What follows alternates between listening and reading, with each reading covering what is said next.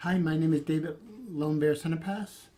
Um, I guess today I'm just kind of tell you what Star Teaching is about and where they came from and who I am and how I get involved with the Star Teachings and how that involves my life. The story can come from different avenues here, different perspectives, but I tell you the perspective of how it came in my life. I'm Mi'kmaq. That means some people call that Micmac or Mi'kmaq. We want to call ourselves Mi'kmaq, people of the earth. My birth was prophesized 300 years ago. A lot of the teachings are handed down, the prophecies are handed down. That a lot of the Mi'kmaq prophecies talk about the stars and the star people and how that involves their life. The Mi'kmaq people are from Nova Scotia, Labrador, Prince Edward Island, New Brunswick, Boston, St. John, and all the part of New England and Quebec. My family comes from Elsipogtog, or Big Cove, it used to be named.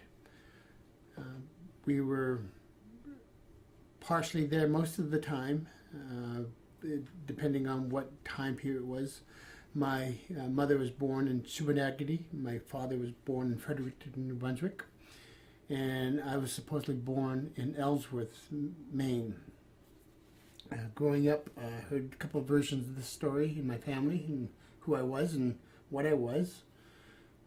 But growing up, that we think of our childhood and how that childhood relates today. And we're looking at, what our age is and what we've done in our life. I figured that my life was a pretty normal life, that I existed out there and had a family and had children and had grandchildren. But I thought my life was somewhat normal. But sitting sometimes and thinking about it is like, do we actually have a normal life anyway? Is that we're all special people, but we just don't realize it and how that comes to be. I think the realization of what was passed down to me, I think I was 27 years old or 26 years old, that in my life that I grew up and went to college and had a business and all the different things, but I grew up with a voice that I always heard every day. And I thought everybody heard that voice. And that voice to me that told me to go right or left, or straight, or stop. That's pretty strange to hear a voice like that, because we want to hear a voice that gives us actual directions. But if we're not asking for directions, the voice is just going to tell us go right or left. And I often wondered about that. Growing up here in the States, going to the school, learning the language and learning the sociology of where I am, I grew up in the time of, there was a lot of prejudice where I was, that they did not appreciate natives like they do now. Right now, it's great to be Native because it's more teachings in the natives and their culture. But growing up, it wasn't like that. That we didn't get to vote until 1975. So we find that strange. When they freed the slaves in the 1800s. So it doesn't make sense. I think that it's like this in this world, that the change that we have in the world now, it's changing just like then. It's like we are coming to a brighter understanding of what spirit is and how that works. A lot of the intellect in the world is talking about spirits and talking about ghosts, talking about God, talking about other realities out there. I always had this concept in my head of what spirits was. I was very young, I was trained very young to understand what spirits are, and to not to believe the veil that's over our face, that we are chosen to do something.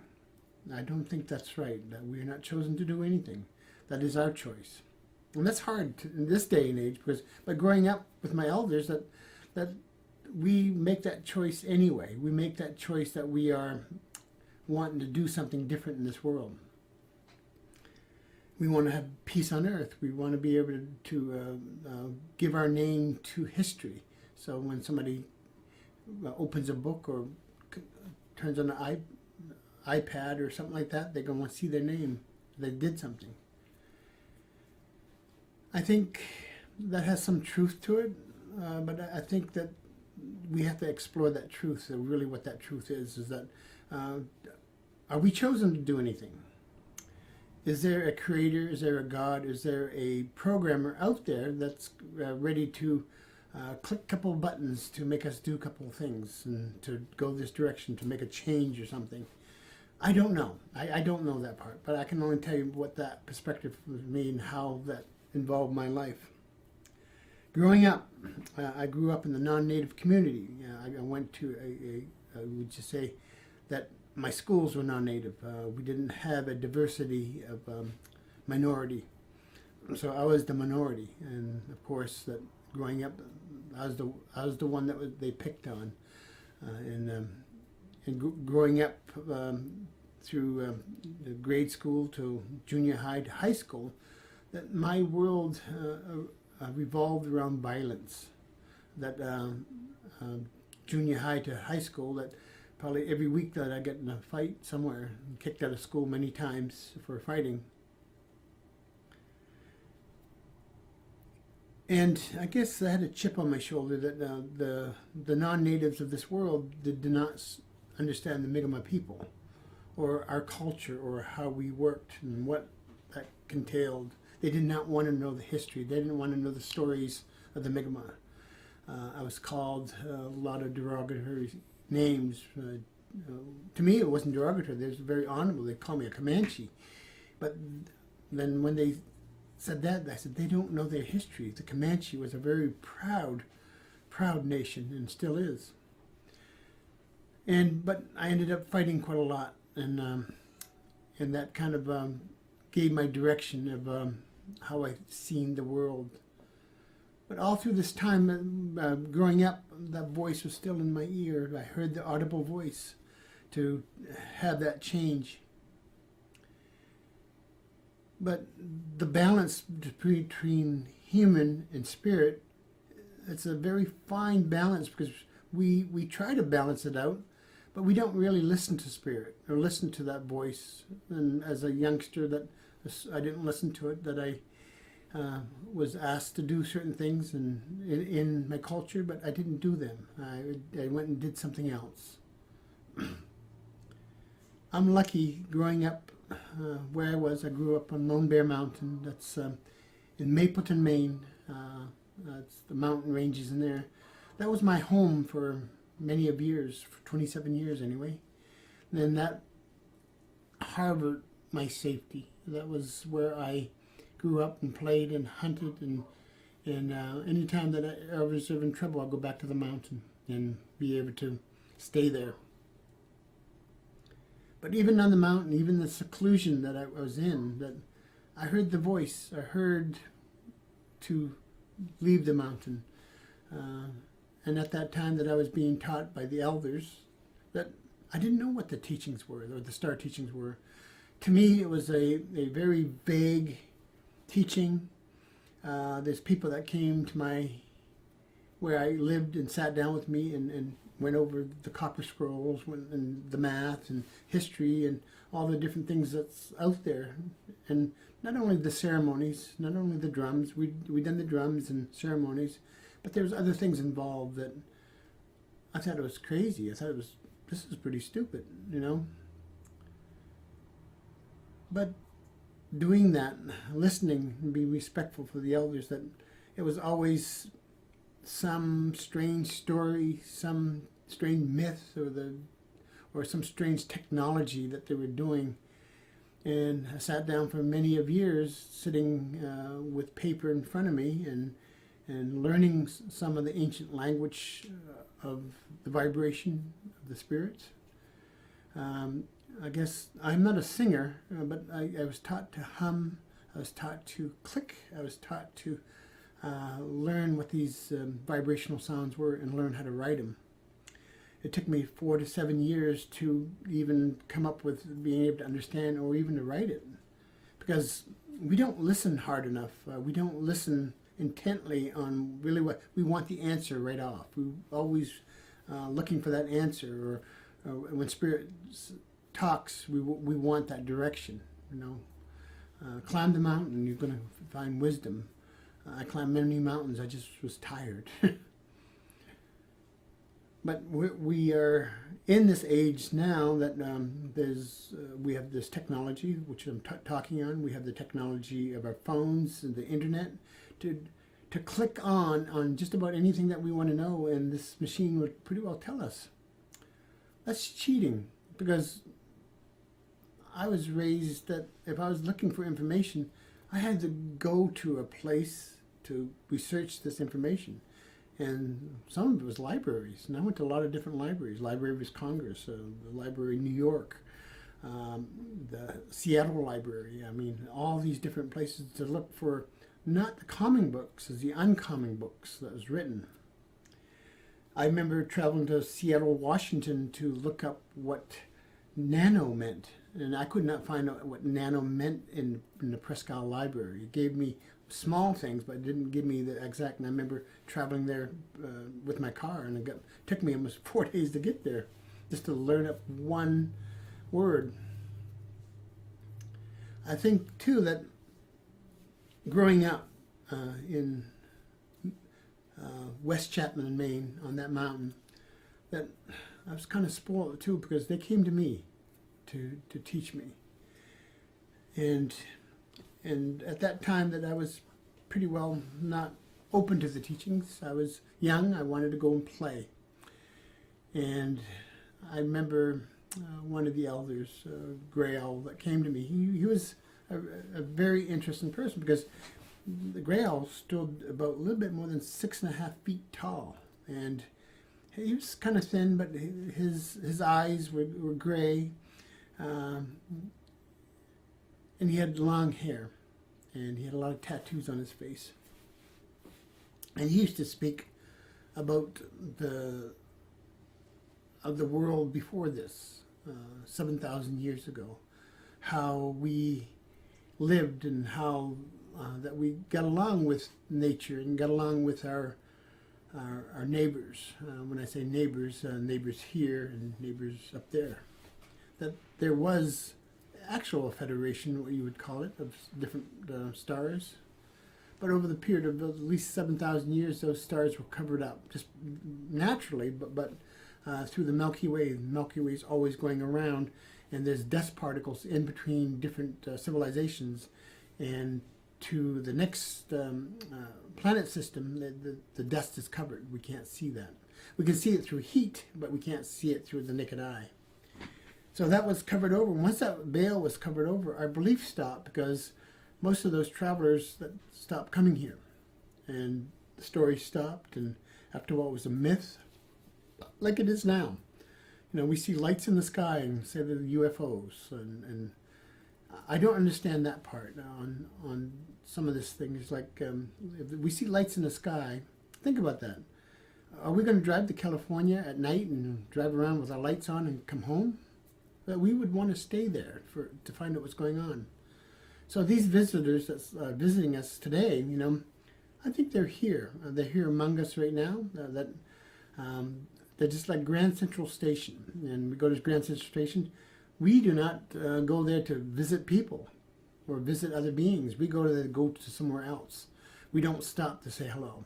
And I think that's what's going on now, is that there's visitors here, but I think we have to get our crap together before we meet anybody else. Would you want to meet yourself? And we eat other animals. Maybe that technology out there already figured out how to get protein, how to grow protein without killing something. We have to exist by killing something. That is the truth. That is the native truth. That is how we work. No matter if you're a vegetarian, you have to kill life to be life. Maybe the other technologies out there, the other advanced races do something different. So that's how That's probably why it's hard to communicate with our friends. It's like, that's different. You know, we don't think of it as different because we all do it. And when we all do something, then it's good. Nobody sees any difference. It's like what's going on in this day and age. It's like the spiritual movement of the last 10 years has come so far. It's not one direction anymore. It's a multiple different directions out there that we believe in. Growing up, I didn't do that. I didn't have a belief of multiple directions. I didn't even have a belief in there's a creator or a programmer out there that maybe is programming a hologram right now. Who knows? This is a hologram that you're looking at. You know, so I don't really know that part too well growing up. But I knew the people that, I say there were some people and some that I didn't recognize as people that visited me and do these teachings. There's a lot, these teachings are quite broad. You know, we talked about kindness, compassion, happiness. That sounds good, but they're vibrational. And when they're vibrational, it's harder to understand. Think about the best song you ever know that you can hum, and it reminds you of the song. The song that always comes to me is "Imagine." You know, and that is a vibrational song because you don't even have to know the words, because once you hear it, it brings you back to when you first heard it. That's kind of like the teachings. There's some of that songs that you recognize, but there's things in there that triggers just a little bit of memory of what's the past. So the teachings that came to me when I was younger, that they gave me this language. They gave me the language of that vibration, how to discern it and how to take it apart and how to use it in their everyday life. We don't do that with some of the teachings, you know. I know that people offer things on teachings. Do we really take it to the next step and use it? So the whoever came up with these vibrations, and the Mi'kmaq people didn't come up with these. They were the teachers of these. I talk about the ancient elders. The ancient elders were the teachers of this vibration. We have to think of a different time level here too. When we think of time level, that we're thinking of George Washington, Columbus, all these people, and between the Star Teachings, that's not even 1/4 of the teachings or 1/4 of the lifespan that the Star Teachings were in. You know, but we're geared for that now. Our education is geared for that. You know, we think our forefathers were Washington and Jefferson, like that. That wasn't my forefathers, you know. When I went to the non-native school, they taught me that was my forefathers, but they had English names. I just didn't understand that. I said, well, you know, baptism is my forefather, but that doesn't mention anything in the Constitution or anything like that. But the Constitution is based on native teachings. I don't think people know that. Is that at that time, that when the Constitution was put together, the most of the natives, they had a constitution, how they lived and how things were put together. Indivisible is a native word, and that means not to take apart. That's in the Pledge of Allegiance, and you find that it's like, where did they come up? Did you ever take that apart and figure out what that really meant? What does your Constitution say? And most people don't know this, but the teachings, the Star Teachings teaches that. It teaches what constitutions are and how they work in community. You are working off Constitution right now. If you're driving a car, if you're paying taxes, or if you're teaching, then we're teaching the Constitution. It's like the Star Teachings, is that our actions and what we do in this world is part of our Constitution, of you, the spiritual Constitution, how you believe and how you see things. It's so hard to understand what world peace is but we don't really want world peace. We don't really want peace with each other. And how are we going to understand what community is and what peace is? You know, I look this morning on the national news, what was going on. You know, we're still trying to kill each other in bunches. We still have boundaries. We still have things that we can't do. We can't say certain things to certain people. We can't say things to certain governments because they would end up coming up and killing us. We're kind of lucky to live where we are now because we're kind of open in our spirituality and what we do. But that wasn't the teachings coming up. You know, we had to hide these teachings because we lived in a community, and the community didn't understand what was going on. They thought we were up there playing the drums and dancing and everything, but it was up there because they were putting hope into a small child. I think that was done before in your history, wasn't it? Put hope in a child and hope that child changes the world. I've read a lot of stories on that particular thing. I think the hope, what we're doing now, is in the Star Teachings. But this is a different way of thinking. The people that are listening to this right now is like, okay, what's the different way of thinking? Well, instead of thinking of one, think as two or three. That if we are making a decision, like a family, if we're going to Florida to Disney World, the family's got to kind of agree with that. Because some want to go to Disney World, some want to go to Busch Gardens, some want to go to Cape Kennedy. Maybe we can do all of that if we talk. It's like the Star Teachings in these communities that are growing now, that where do we want to go with this? Are we just want to keep it in our community? Do we want to be a satellite that hooks all to the other satellites? And all the other satellites give information to the other satellites. And that's kind of how the Star Teachings work. If these teachings are to be true in the communities, that this is not this person that's delivering them, it's the teachers in your community, the Star Teachers in your community, that comes from the past, comes from the reincarnation from teachers, so from teachers and over. And this is not unheard of. You know, there's other faiths out there that practice the same thing. I tell people want to know, so what's going on here. It's like, check out the Mormons, how they came to be. I mean, we find them knocking on our doors quite a lot, but why are they knocking on our doors? Where did they come from? You know, what are they doing? What are their teachings? I'm not promoting being a Mormon, but I'm just promoting to do that study out there, what's going on here, what we're doing. We're not knocking on doors right now, and we probably won't ever do that, but we are asking for an understanding in this world. This is a little bit different way of thinking, and it takes the I out of the equation. When you take the I out of the equation, then you have the universe in front of you, because you need two eyes to see the universe. Growing up, this philosophy that I just said is like, this was crazy.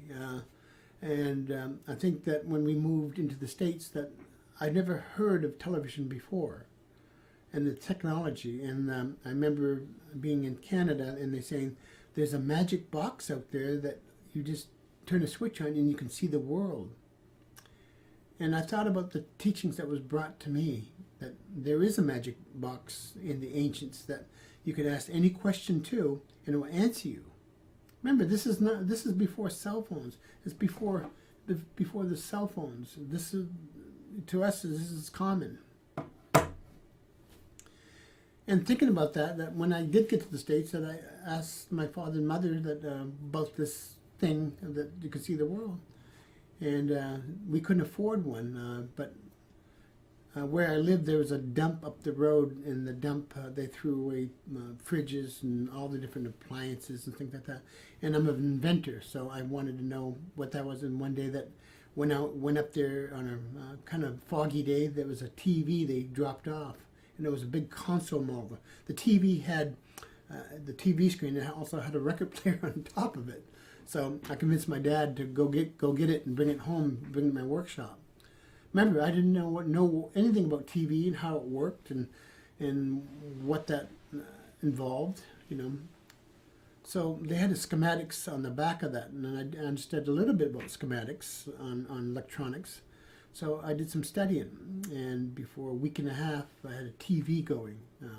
What happens, one of the tubes in the TV burnt out, and I replaced the tube with another tube from a radio, and it worked. It was a black and white. And was I amazed? I was not amazed, because the technology that was handed down to me was a three-dimensional picture. It was not a flat picture. I thought it was very primitive. So I worked with that TV for a while and put it in the living room. My father watched the news on that. That TV stayed in our place for at least 7 years. Never used a record player. So that technology that I understood anyway, because it was mentioned in the Copper Scrolls how to take a radio wave and cut it up into little small pieces to make a picture from it. You guys do that now, common. And there's other ways to do it, compression and all the other things. But that's part of the teachings that I went through. Is like, it wasn't always philosophy, because we talk about native philosophy, and we think of beating a drum, pipes, and offering it to the Creator in the four directions, tobacco and sacred. There's a lot more technology beyond that, what we're thinking about. That is our ceremonies, and we do that. But there's other things why we do that, and who we talk to, how we get along with life. It gives us how to live. And people gravitate to that, being native. Growing up, they did not.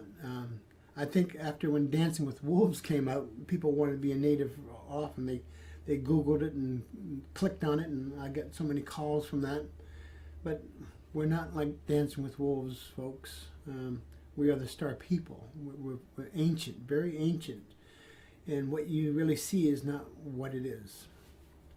Growing up now, going to high school, going to college, and going and bringing these teachings out there into different communities, that I haven't skimmed the surface of the teachings yet. We talk about kindness and compassion and happiness. That sounds great, but this is not what it's about, I remember Gray all sitting for me at least hours and hours talking about physiology change in a human being, not the Creator, not the Father Earth. It was like, wow. I said, how is that possible that we don't know who we really are as humans? We keep on thinking that we need healing. I hear this a lot. It says, I'm doing a healing session. That's fine, but you're already healed. That the Creator, whoever the programmer is giving you that energy. Somebody only suggests you being healed. It's like getting a hand cut off. Are you going to go to that healer, or are you going to go to a doctor? A doctor probably can reattach it now, but back in the old days they couldn't do that. Think about that. There's nothing I have against the other practitioners out there. Is that we have to really understand what we're doing here. We all can fit here together in the teachings. That there is room. There's a lot more room. There's a lot more room in a rainbow, because we choose to see the pretty things, the fluffy things. We don't realize a rainbow is a circle, and we look at the rainbow and see how beautiful after it rains, or when there's mist in the air and it's beautiful, and we can see the violet to the blues to the yellows and oranges. Well, think about that. If the rainbow is a sphere, a round thing, we can only see the visible colors.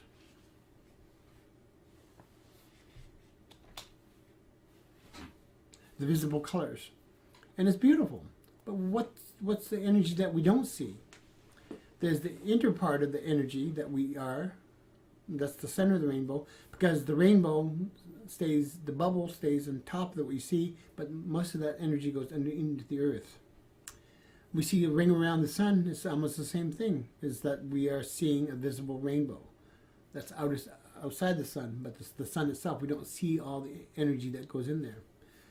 That some of the technologies that we have, that we can see different ultraviolet rays, we can see how we think the Big Bang started and still hear the echo of the Big Bang. We see the heat that was left from that. back when I was growing up, we could not see all that. We talked about it and how it worked and how the technologies worked in that world. But I find that we're here and we're trying to figure out our purpose, and you don't have to do that. That what that purpose is what we ask for. What do you want to do? What do you want to do in this world? Don't wait for the answer, because in order for the cell phone to work, somebody's got to know you. You got to know the number. There's a code to this thing. You have to put the information out before it comes back to you. Do you want to change the world? Have you changed your life, I guess, to change the world? Are we going to do it on this machine? Tap the machine in? Facebook, all the different other medias out there? Are we going to tweet? And it can change the world some, but it's going to take an effort on at least the community to do that. They have to do the ceremony of walking, going to the next community, to be able to talk, to be doing all these other things. Growing up, I didn't think I was going to do anything. I was just a child, then teenager, then a young man, and had a family, had a construction business. I was chief for a while, did all that, but didn't change things too much. It just changed it just a little bit. And my world changed drastically. Way back when I thought I was invincible, that I was strong, and I was, that I ended up having a brain aneurysm. And that changed my world considerably, that I did not have the freedom of movement anymore. I did not have the freedom of thought. I didn't have the freedom of speech. I couldn't even breathe. I had to think about breathing. I had to learn all this all over again. I had to learn about life. I had to learn if these teachings were true, if I was going to be able to do anything about it. That's funny, when you, at your most critical moment in your life, that things are falling around you, your life is a wreck, you find that, oh, this is awful, and this is not my world, and you don't want to be here anymore. And that's kind of what I felt at that time. But that spark, that energy that's inside of us that we hold, that comes to the surface. And for some strange reason, we wonder there's a higher power out there, a higher energy, or somebody looking over us. Don't get me wrong, but when I was in that place of doubt and darkness, that I looked for the light. I did look for that light. I looked for the teachings. Then feel like there was that fire inside me lit the teachings up. And I thought about most of all the philosophy and all the different things that were taught to me. Are these things true, or just a figment of my imagination? Too many coincidences in my life. Too many meetings of other people. And did it bring purpose to my life? No. It brought a curiosity that when I was in such pain, my body was in pain, my physical self, my spiritual self, I actually got down on my hands and knees and put my hands together like this, and kneeled and put my head down and asked the Creator to help. And I think that we're desperate sometimes and trying to figure out that if there's something out there. I must have kneeled there for at least an hour. My knees hurt after. I heard no voice. No God or Creator or light came in front of me. But I did hear something when I was there. I heard a drum. I heard that drum. Like, being native, you want to be able to hear that drum. And for sitting there long enough to hear that drum, I'm thinking, what is that drum that I hear? Is it the earth? Is it the universe? What is it? And some of the teachings that they teach you, smaller than small.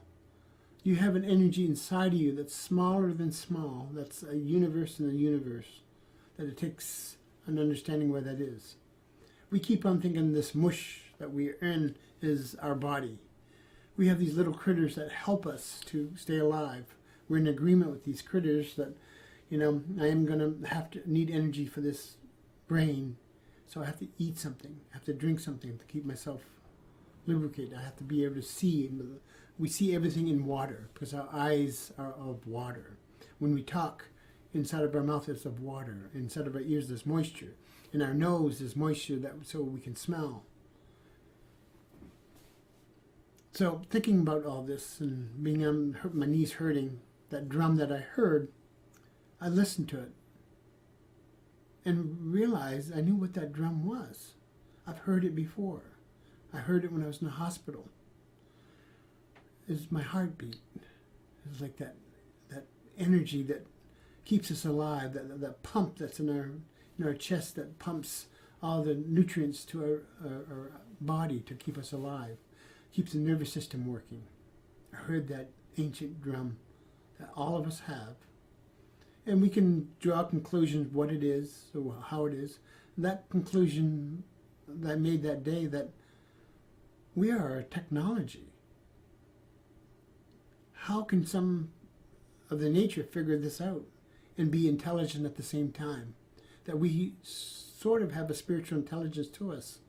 So thinking about the Creator at the time, that I wanted the Creator coming into my heart and to free me of this pain, I thought about it. I think we are constructed. I think that something out there constructed the earth. Something constructed us, it constructed the things around us. You think about that. We are our own creator in time. You look at some of the things around me, there's a piano, singing bowls, and guitars and stuff like that. They did not appear by themselves. If we did not know what a guitar is and we seen it, we could not identify what the creation was or why it was. And it's kind of that moment for me is that, yeah, we had to be created to come up with some sort of intelligence with words in our mind. This is not we didn't do this in natural selection. There's something that kind of interfered with us for doing this. And that talks about, in the ancient teachings, in the star teachings, it talks about that, is that we are our own gods. But we don't recognize that because we keep on thinking with this mush stuff, is that muscles and things like that. What is the true spirit of a human? What is that technology? Is it a smaller than small processor? If we think about that, we need a processor to make this picture happen today. We need some sort of technology to put it out there so you can see this. I'm not asking everybody to believe this, but this is my reality at that time. And here I was getting the knowledge of the universe from the ancients. And here I was sitting on it and saying, I don't believe this. But when your life is at stake, that you are going to die, you're on that verge, that precipice, that this is life and this is death, but death is really life. But you want to stay here a little bit longer? I remember saying to myself, I want to stay here just a little bit longer. I don't know what life has in store for me, but I kind of enjoy being here.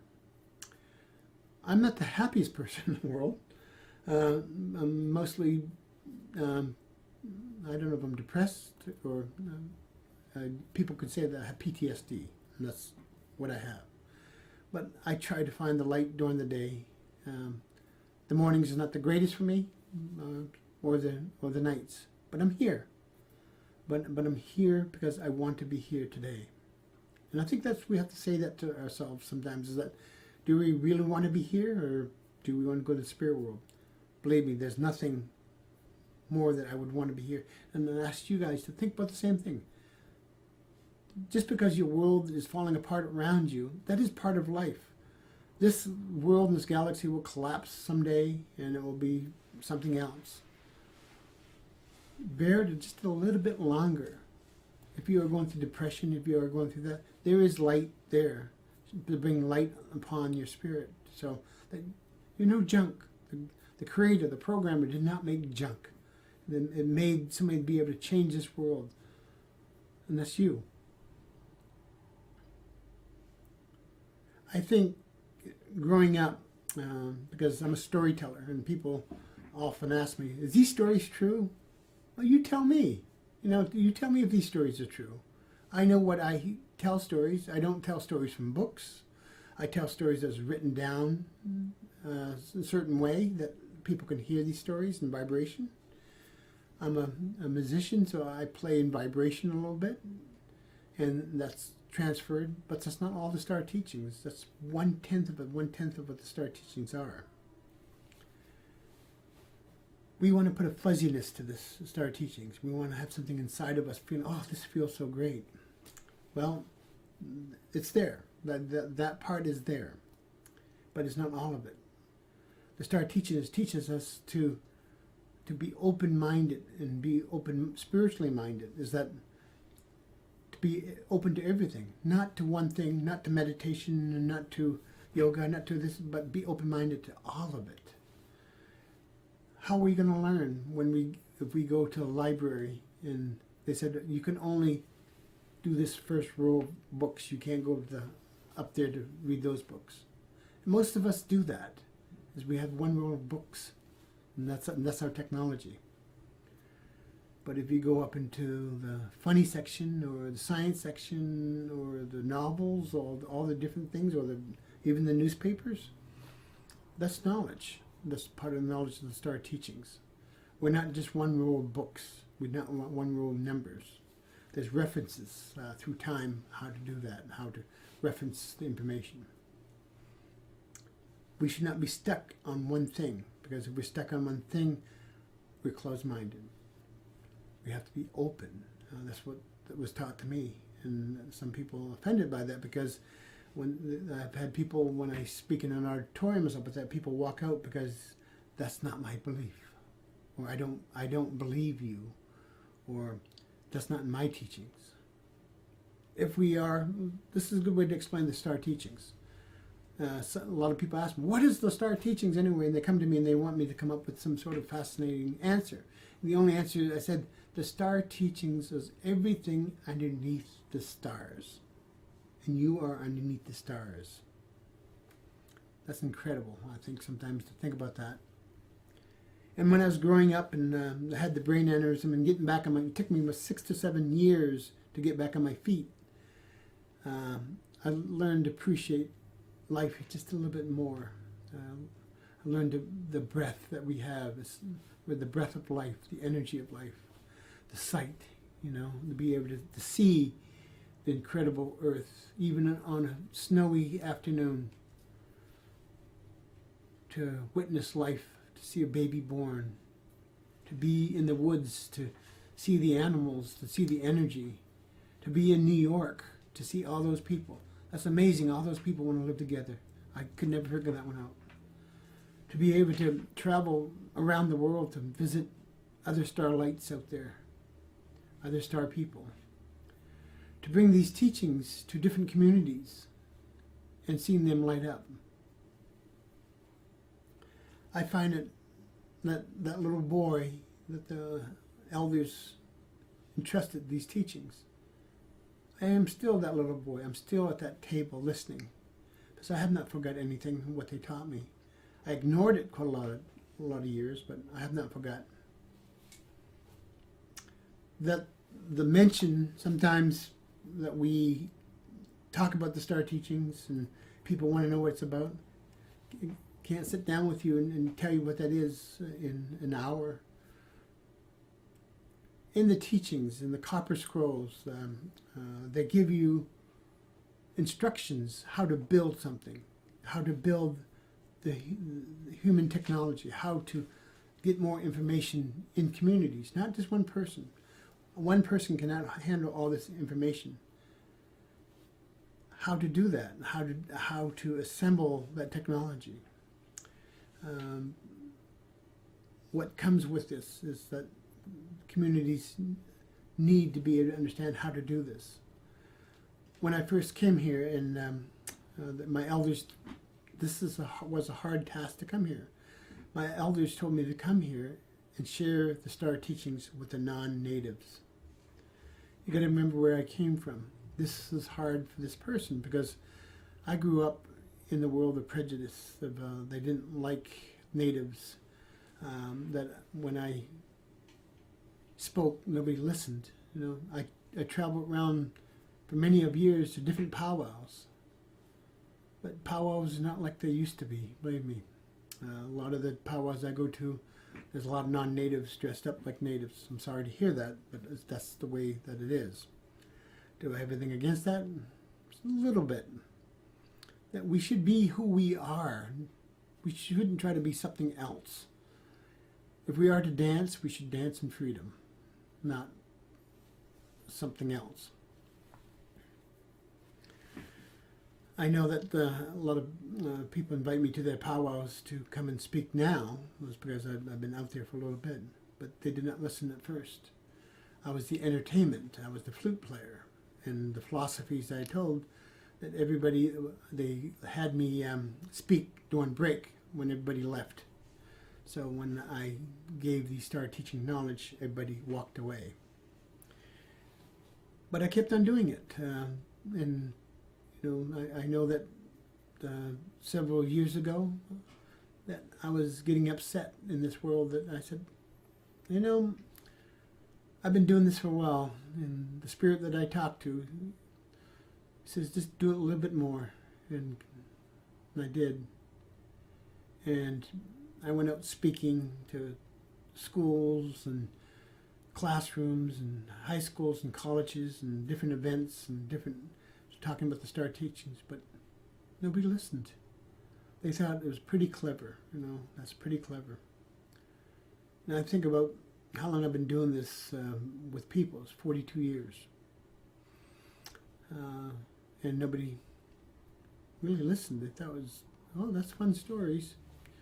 I even did a play, too. I'm trying to talk about the Star teachings.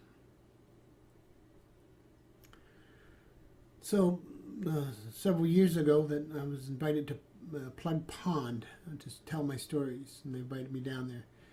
And I was encouraged a little bit. I had a couple of friends that met me for breakfast, and if you know me, I like my breakfast, and we sat and talked. And I was kind of excited that morning. It was a sunny morning. It's a bit chilly. I said, this is the day that people are going to listen. And there was a lot of people there that day, and we drove down there and ate breakfast.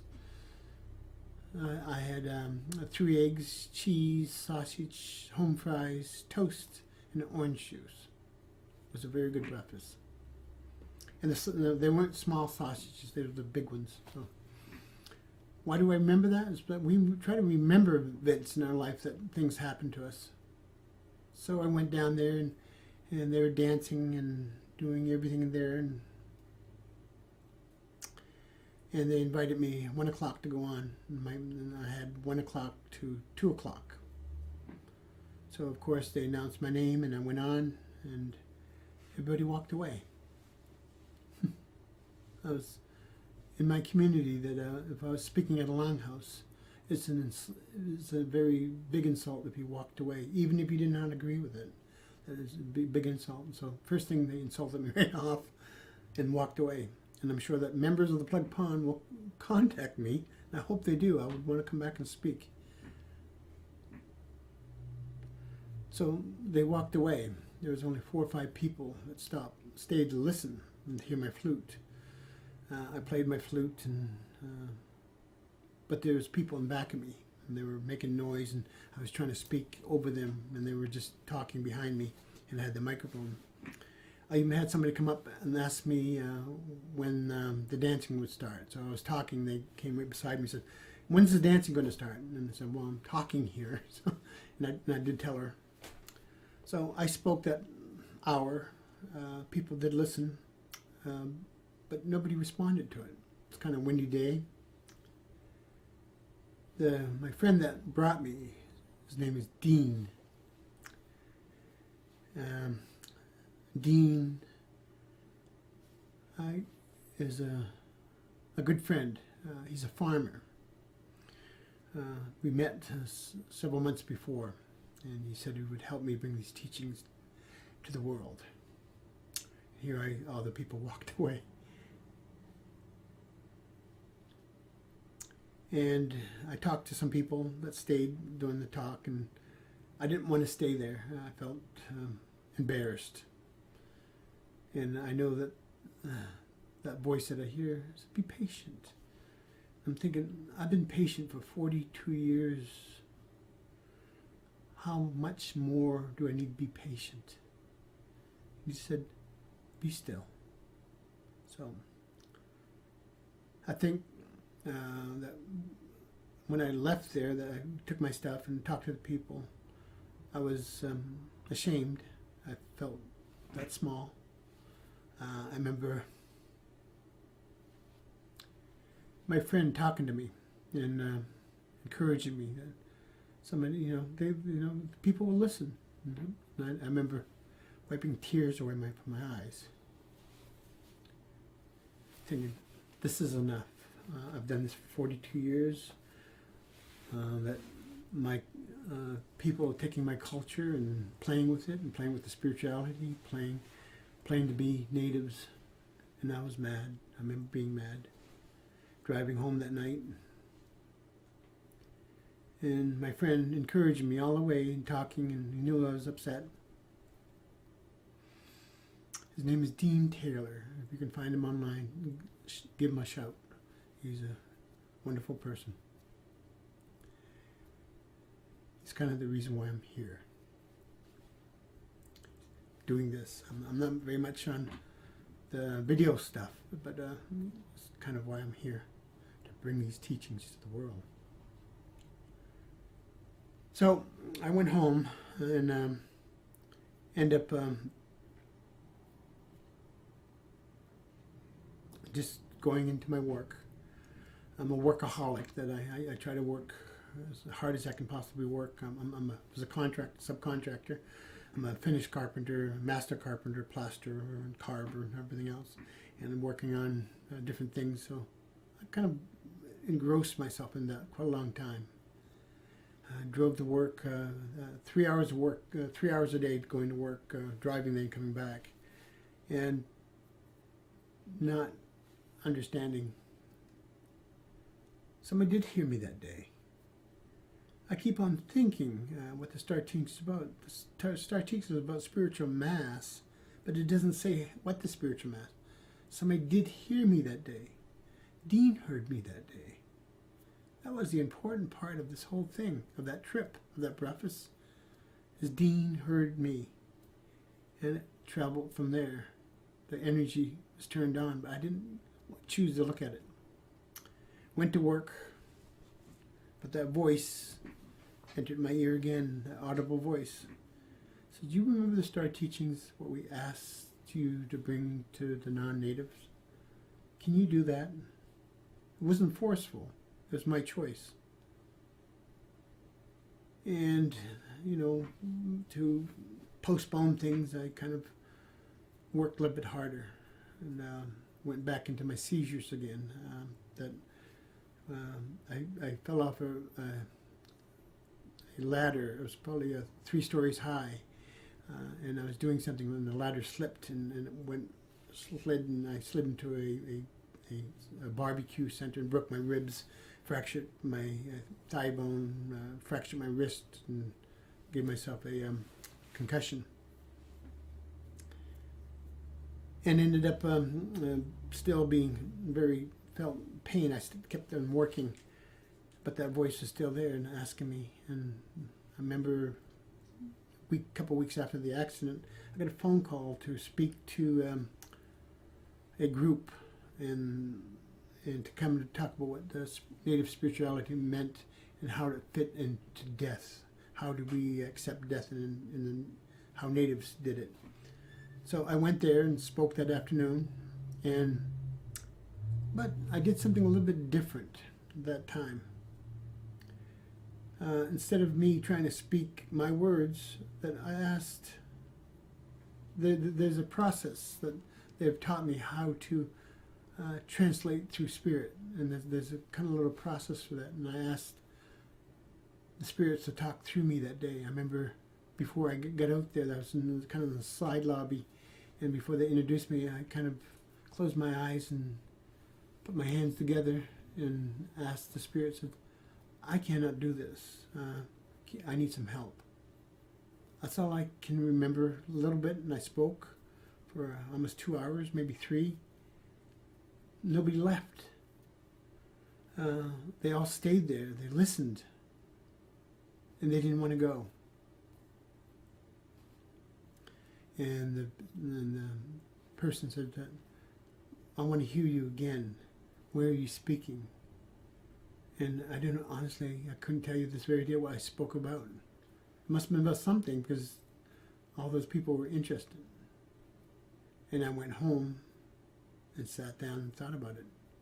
Like, something did happen, but what happened? People have different ways of thinking about that. That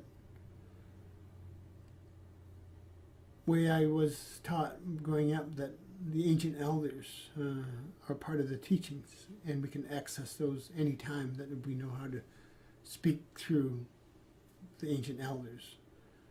This is not a physical science or anything like that. It's a technology. I carry a few things around with me that was given to me when I was very young, and I usually keep them with me quite a lot, and that's from the ancients or the star people. And that's how most of my, when I speak, I do not speak from Lonebear Sanipass. I usually speak, I let the spirits talk. This is very tactful on the human body, because it takes a lot from the body. And usually that I'm very dizzy and sick after. Only because the way it works. The energy is a different energy. It works off a particle from space that we receive, and some people receive more. And a way that it could be replaced to make it more easier is in communities. If the volume of the community is large, I don't expend that much energy. There's a lot more information that comes through that energy. This is harder to understand, because the way things work is that if the world is looking for world peace, if the world is looking to how to get along, it's not individual, it is community. Even the ancient communities that got along, they've sent that information through that way. It has to get to you somehow. Right now, I'm the first one to do this, but I'm not the only one. I'm not the only one. There's other people out there ready to come through. But we have to get the communities and teachers ready for this. And this is why I'm talking today, is that we are here asking for help. We're asking to bring these to the communities. 5 years ago, I could not sit here and tell you that, because we weren't ready. We are ready now. We have the teachers now. We're ready to deliver this technology to the communities. The last 5 years, that it's been very tactful. It's been hard on me, because that bubble that I bring in communities, that I can't do that as long. I need more volume of community, the more volume of spirit to help. That is some of this technology, is that all the places I've spoken did this technology for people. People feel it. People feel the energy. There's something going on. There's information coming down through that people can actually use the next day.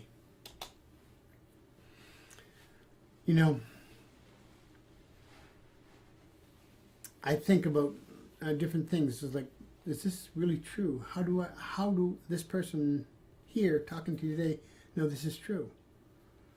I go back in my notes, and I keep notes from 40 some odd years ago, that I'm still saying the same thing. What I'm telling you today is at Plug Pond, when I said that, I'm saying the same thing. I haven't changed any. I don't have a book that I go by. I go by the teachings that was given to me. And I do I guess you guys call it the Library Alexander, that I reference a lot of this information from. I'm not sure that how that is done, but there's copper scrolls that we use. A lot of the references, how to do that in different ways. I know that some of the information that comes through me that goes online, things like that, people do research it, and 99% accurate most of the predictions. I'm not anybody that ESP or profiting on that. It's just the numbers that how it shows. Our world's in for a change right now, and it's going to be a rocky ride, but it's a change that we've asked for, that we are looking for. How did you think this was going to happen? You know, are we always going to sit here and it's going to be all nice and fuzzy and everything? It's going to be pretty rocky, and we need to be prepared for that, because if we prepared for that, we can make other people be in peace. You know, why do we want war right now? Why do we need anything out there that hurts other people? I think too that we are these beings of light, and I believe that, because it's smaller than small, that energy that's inside of you, that's a piece of blue light inside of you. That is of light, and we are of light, of that information. I think too, growing up and coming into this position, thinking all the technologies that were involved, oh my goodness, it's so incredible. I just tell people, I wish you could see what I see for at least a minute through my eyes. Then there would be no more wars, there would be no more conflicts out there. That we can at least get ready to go to the stars. Why do we need to go to the stars? It says in the star teachings, why do we need to go to the stars? And it gives the reason why you should go to the stars. I won't get into that today because it's quite an extensive story. For the non-believers, what non-believers are is people are ready to believe something. That's what non-believers are. Is that this is too incredible. But I'm pretty sure that we can go to 10 other people that's more incredible story that I can ever tell. So I don't ask you to believe me. I ask you to do the research. I asked you to try to understand that I'm not writing a book here. I'm not trying to sell you a book. I'm not trying to sell you a pamphlet. I'm not trying to give you a class. I am giving this away freely so you can benefit from it. I am not the kindest person in the world. I'm not the most compassionate person. I'm not the happiest person in the world. But I am of them energies, as we all. And I do feel something from this. That this change has to be now. I gave a explanation on April 15th, time compression. And you can go online and figure that out. And the podcast I just made, look into that. And we do a conference call on Friday nights and trying to explain some of this, what's going on. The one that I'll be doing this Friday, if you can, tune in and we'll explain a little bit. But I find that we're people of information. We keep on needing the information to go to the next step. Star teachings like that. They will give you the information as long as you're ready to research it. We have a website. I tell people to get on. It's not the best website yet, but we're working on it. Look on that website. Look, I have a couple of Facebooks out there. Look out there. There's other teachers out there that are from the Star Teaching. They have their own sites. Please look into that. Look into what we are saying and what the direction we're going in, because it will help quite a lot to try to understand this.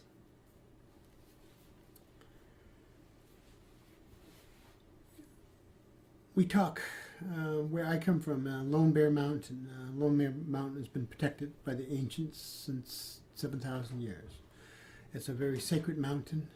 It's hard to get to.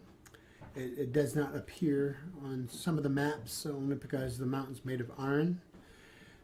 But it's a place that I go for my safety and some of the visitors that visit me. I'm going to be joining back to the mountain when the spring opens the path up so I can go up. I'll bring some people with me. I think that this information that I'm telling you today is so important. We're looking for a sign from space. We are in space. Gotta remember that. What defines space? We are in outer space. We are a spaceship of Earth. We float through space. Information is here. I guess, just like anything else, that what are you looking for an answer? What do you want for an answer? That if there's a message, that message should be an audible message. It should be something that we can decode and give to other communities, not just to one person. I do understand some of the language, but I don't understand all of it. I know what was given to me on some of the language and how to decipher what that message is. Since 1981, that I've been working with technologies that was given to me through the ancients, and some of the technologies is how to receive information. And that information that we're looking for is that, think about that, okay, we're looking for a message from E.T. or the other beings. We go to Grand Central Station and everybody's going by and going to different directions. Does anybody there at Grand Central Station have that message so we can bring it back? How are we going to receive it? We can channel it, but that's only a little bit of information. We can put up satellites and hopefully get some of the information, and hopefully that their technology is radio technology. We deal with radio technology. In the Star Teachings, there's 27 other energies out there, and we can only detect one energy. What is that energy? No matter what you say or what you do, or I've had people sit in front of me and say, I have different energy. Well, usually I can pretty well do the calculations on what that energy is. I have some of the technology to detect that energy, and it goes right down to radio, electrical. Everything else, I can't find anything else right now. Only one more energy besides that. Is that information, if we are electrical beings, that most of that energy is going to be electrical to us somehow, that we have to have some sort of central system inside of us to understand that. If that is true, the cell phone is a different wavelength of electrical energy. How come we can't receive that? It's because we're not on the right frequency, or we can't monitor, we don't know what the language is that monitor that frequency. Or we can use a frequency discerner, and that is a little thing like that, trying to understand what that signal is. But again, if you're going to read cell phone digital binary code, it's going to take you some time to get a text message. It takes about 4,500,000,000 different little offs and ons to say hello. So when we are looking for information, if we're getting a binary code, we're going to have to have somebody decipher that in some sort of a paper form. Right now, our computers will decipher any binary code that we have through a cellular phone. And that's what most of the processors and all the different technologies do. And so we can say hello to each other. We don't see that. We don't really look at that in that sense. Is that, all right, now if other intelligent beings are trying to connect us, they may not be electrical. There may be some other energy that we're not understanding. So there has to be some sort of discriminator out there to make that audible, to make it understand. And they might not even understand what our social path is here and how we greet each other. Hello might be a whole different thing. And we talk about beings that's already here. In our copper scrolls and the teachings, it always mentions them. You might be meeting one today. You might be meeting one tomorrow. You don't know. If they want to be not detected, they might look like you. They have that technology. You know, we have the potential as humans to blow each other up in probably about 15 minutes. Our kindness and compassion keeps us from doing that. Because we are passionate beings, of course. We don't want to hurt each other, but we're not to that next step of evolution yet.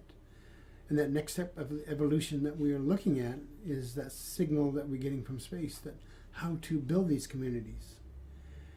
And that technology that's been passed down through the Star Teaching gives us that, how to do that.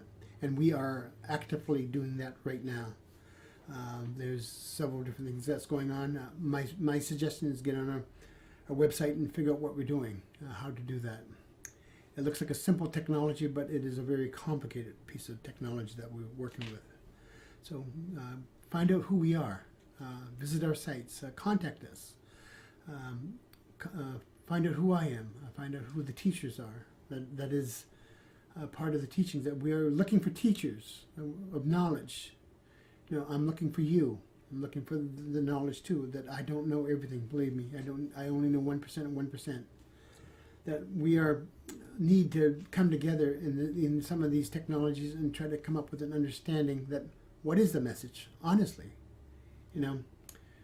I'm sure that I can fill an auditorium on some of these technologies and some of these stories, but we would do that, but that's not what it is. It was part of sharing this information with you. And I think that's the most important part. That little boy that's sitting at that table, and here's these people trying to teach him mathematics and physics, and star systems and ancient stories. And I remember sitting there squirming, and I said, I'd be glad when this is over. This is boring. I have to go to school, and I have to come and listen to this stuff. And I remember one of the teachers that says, I make a deal with you. He says that you sit and listen to me, but all you have to do, this is all you have to do.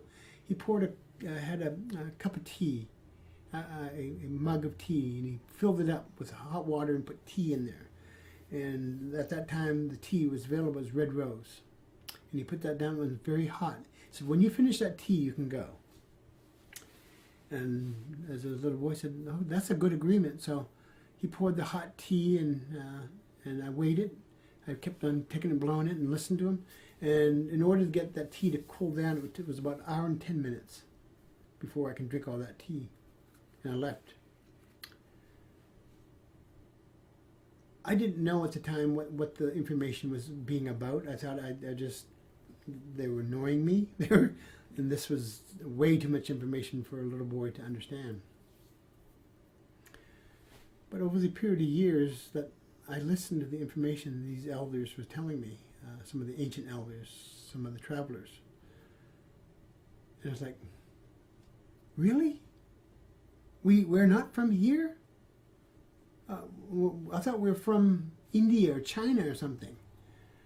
But I listened, he says, no.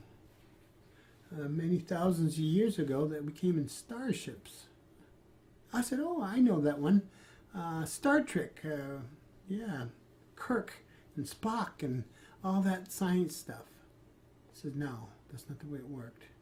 If you watch that, we're way beyond that technology now. And where we are communicators that we can get the world, they're communicators, they can only talk. We can get the world on our communicators. So we've surpassed Star Trek, even in travel into the stars. And I used to listen to these, and I couldn't wait. And after a while, that cup of tea I did not touch for 2 or 3 hours. I just drank it slowly and absorbed the information.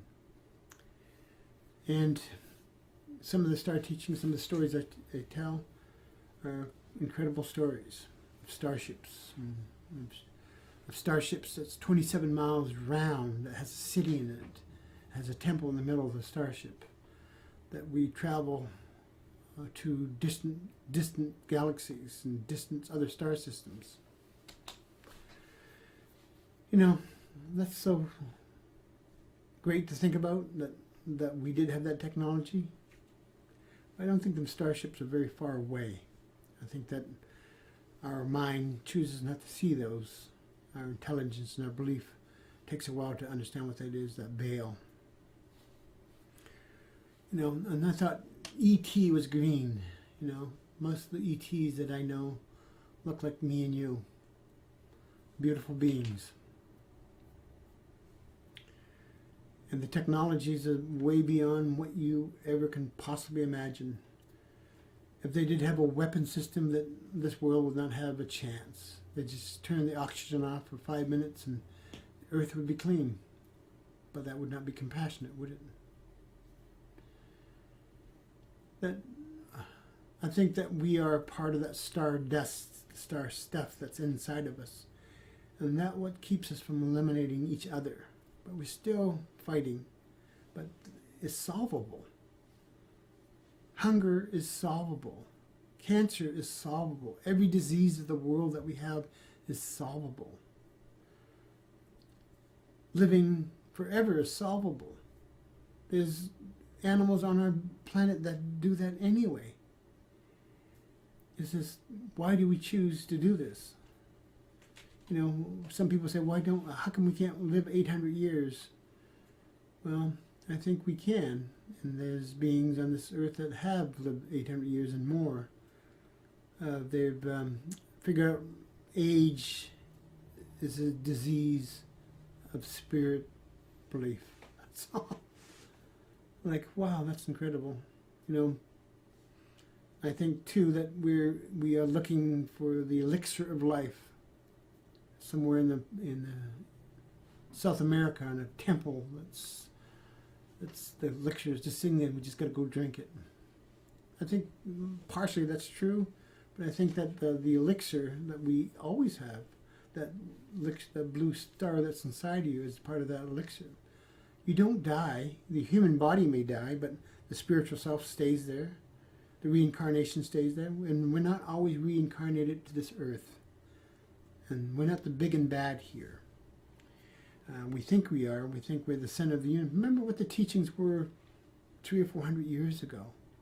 That we thought the earth and all the other stars revolved around the earth. Boy, that's a change, isn't it? And toward the 16 and 1700s of when Christianity came here, we thought there was only one. And after the period of 83 years, maybe there's more than one. There's other cultures out there that do different things. There's different things out there that we can't even explain. We have mysteries that boggle the mind, and we try to solve them. Without a mystery, it's hard to do time travel, believe me. And talking here about myself, I'm a non-believer. I'm a skeptic. I'm also a scientist too, but when I see spirit or hear spirit, I'm always wondering, where's the graphic generator, hologram? How is that generated? And try to look for the smoke and mirrors and the strings and the energy output of that. How does that work? You know, I was thinking about this the other day that I'm a scientist, so I'm in an experimental stage. And I send up balloons into the atmosphere with sensitive equipment on it to detect radio waves. I'm not like SETI. I don't have billions of dollars to do this. I have some donations, and I take computers apart and cell phones and make them to something else to receive this information. This is not easy. Out of the 42 balloons that we put up, we only had 17 that were successful. It's only because of the technology that I'm using. I'm using electronics. I'm using microelectronics and processors and things like that that receive information from 200 miles up. You know, what is the world's record for a balloon anyway?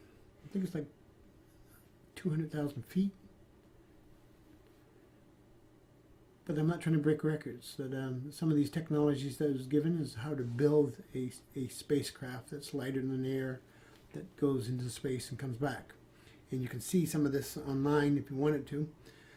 Or a ladder into space. Ezekiel. Is that, can we build a rope that goes into space? Something strong enough? Yeah, that's easy. It's in a lot of different books. You know, if meteors can come into space, meteors can go out of space.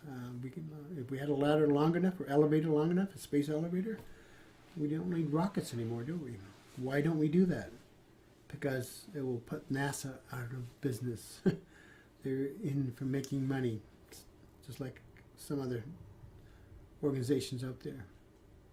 It's easy, but we need to be able to have a place in space that we can go to another world. Right now, we can barely get to the moon, and that's questionable. I think we are ready. I think we are ready for the star teachings to come forth and to go into the world. Here, asking for your help this day to spread the news and to find out who we are, what we are, and what we're doing here. You wanted communications, and here it is. This is your communication. Figure out what this is about. Figure out what we're about. Believe me, it's more information that you can possibly handle. It's not about love and fuzziness. It is about the next step in evolution. It is the next step in evolution of being what spirit is. Well, that's a big claim, isn't it? Usually a big claim requires action. We've been doing the action the last 42 years. We've found most of the teachers. We've found the signal. We have found the Ark of the Covenant, if you want to call it, that information that's in it. It's there. It's under protection right now, but it is ready to be released. If you have read stories and read of these things, that you figure out where it comes from, the Mi'kmaq were in contact to the Knights Templars. The Temple Mount, they went to the Temple Mount to get something. What did they get? You ever think about that? They went and dug at the Temple Mount for many years. Why were they digging? What information were they looking for? And, you can read all the stories that's written about that, they found the truth of Jesus, his lineage, possibilities, and they blackmailed the Catholic Church, and they were rich and everything else. Well, that might be true, and that kind of points somewhat in that direction. But maybe they found a piece of technology that was, can you imagine if they found this? But in order to use this, you need a tower to make this work. But if right now that I've been reading on cell phone technology, someday cell phone technology, we have no towers. It'd be a satellite. And how many satellites do we have now? Well over 23,000 that's orbiting, that's not doing anything. Give me a break. They must be doing something. We talk about the dark star that's been up there for a long time. So that technology that we were talking about could be already in existence back then, the communication here. It's not hard to communicate with the past. All it takes is a lot of energy to do that. Most black holes exist in different time periods. They may exist a million years ago when they first started, or a million years in the future, but they're always the same. They have the compression. So if an ancient or even a civilization that's at least 35 million years into the future, they can already harness the stars of the energy in the black hole to do time travel. Our scientists has proven that time travel is possible. Just have enough energy to do it, to push something beyond that. And really, that's already there. We're already here. Star teachings, the scrolls already mention how to do that. I'm not a person that likes the limelight. I don't like being up on stage. I don't like being the teacher. But at this time, that I will do that for now. I'll bring these teachings and help the teachers come here. But we're not going to be here forever. Our bodies will cease to exist and we turn into something else. But I think I am committed the rest of my life anyway to bring these star teachings to you, the communities, to the teachers, and the knowledge that comes with it. It's yours. It's not mine or the Star Teachings.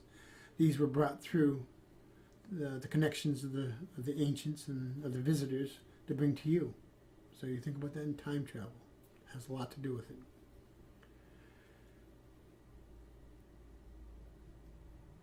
By coming here, exposing myself today in these teachings, that changes the world at the exact moment that you hear this this talk.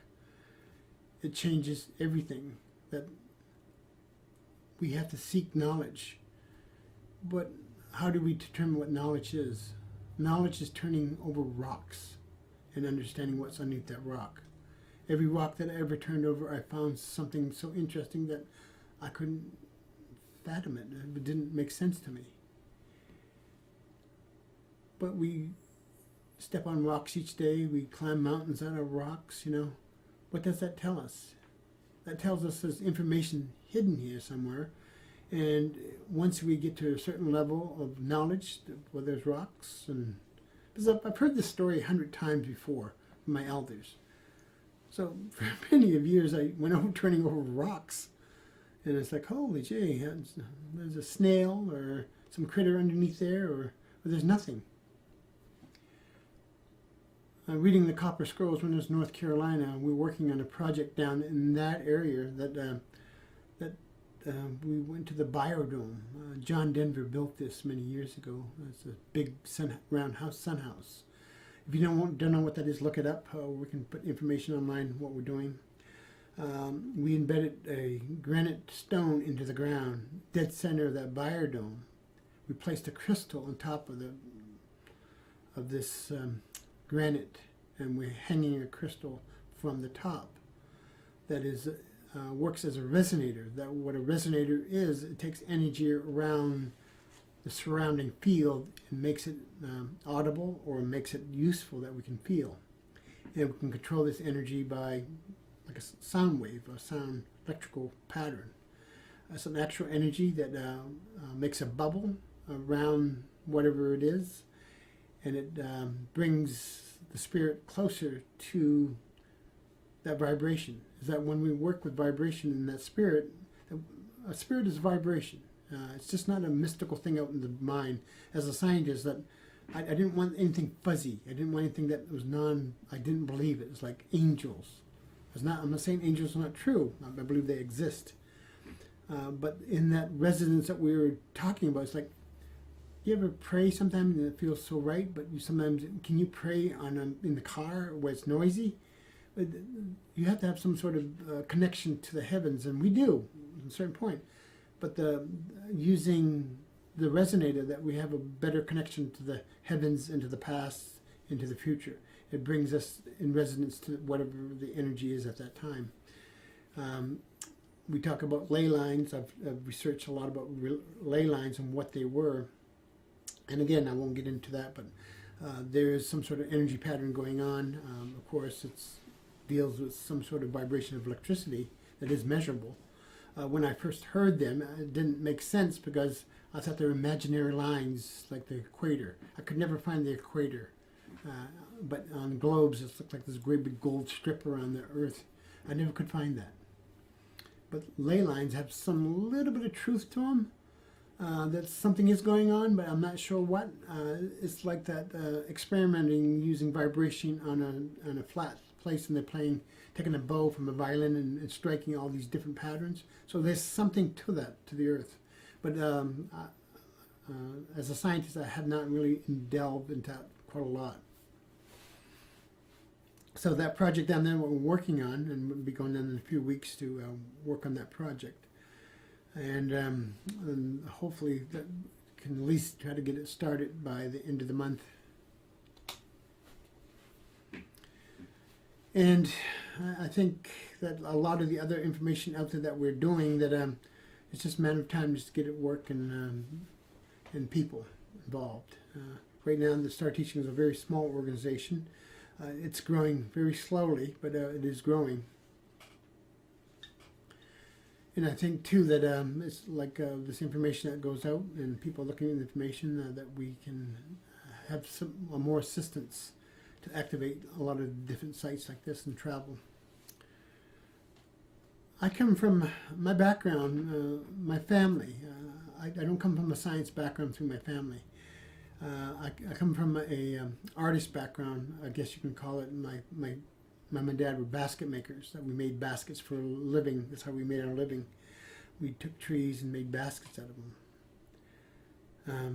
That has a lot to do with the teachings, is that we're learning how to use our resources around us to live.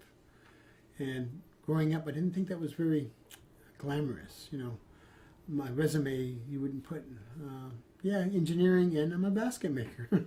You didn't exactly put that, but I would do that now if I had to. My way of thinking most of the time, of course, like everybody else, there's a lot of negative to it, a lot of negative to the world. People are going to understand the Star Teachings. 5 years ago, I was only speaking to one person. 5 years ago, that understood a little bit about what's going on, but they listened, and that went to 3 people, went to 8 people, and after a while, where I was speaking, the houses were at least 60 to 70 people in one house to come and hear these words. That baffled me, because I remember that plug pond, that was only 2 or 3 people, and they weren't that curious, and they walked away. Are we ready for this? I think we are. I think we're very much ready to bring this to the next step. As a human now, working with the Star Teachings and the Council and the board and the community, I find this, people are listening. People have that understanding that there is more that meets the eye here of the Star Teachings, that they are part of the technology, that we don't know everything. We're looking for parts of that technology out there in communities, how to set some of these things in place to come to a greater understanding what the creator or the programmer is. Do we need to be able to send a message back saying that we're intelligent? Yeah, I think we do. What is that message? Let's not blow each other up. Let's not kill each other. Let's not talk about each other in a hateful way. You realize this is a signal? If there was a technology out there watching us with a magnifying glass, are they ready for the next step of evolution? Are they ready to do something? We're not quite ready yet, because we're not all talking with each other. We are not playing nice with each other. You know, it gets kind of scary when you watch the news and other countries are firing missiles at each other. What does that tell us? That we need to change really rapidly. Some of the missiles could have nuclear weapons in them, and that's going to start a global war if that happens. We have the potential and the technology to stop that very soon. There's other entities or other beings that have stopped it before. We talk about Shag Harbor and all the different installations during the 60s that we had nuclear weapons and we had lights over them. So they were unable to fire their missiles, to frig up the electronics, to stop them. You could give the credit to the ancients on that one. That we need to live on as humans as much as possible to leave this planet, to go back home. And by blowing each other up, we can't do that right yet. It just slows us down. And if that happens again, we will interfere again in their technology. If they start firing nuclear weapons, we will be known. You talk about different lights in the sky. What are those lights? You know, what are the lights that from Seattle, Washington to Anchorage on that night that pilot seen the ships next to their planes? What were they doing? What was the 100 ships outside of California? now what's going on between China and Japan. Look on YouTube. There's lights out there right now that's helping stop that. Hard to believe, but you want something done. You guys prayed for it. We're here. We're here to help. We're here to give you the technology for this. It's not mainly in this here. This is part of it. But there's other things out there that will help. All I can tell you is that it works, but it works in communities. It works in volume of people. It does not work in one. It's not going to work in a book. I can't write a book and give it to you, or a pamphlet, or instructions. It has to be done in threes. And that's the only way to do that is be in communication. So we're here. We are here to help. And we're not going anywhere. You want some answers? We can give you the answers.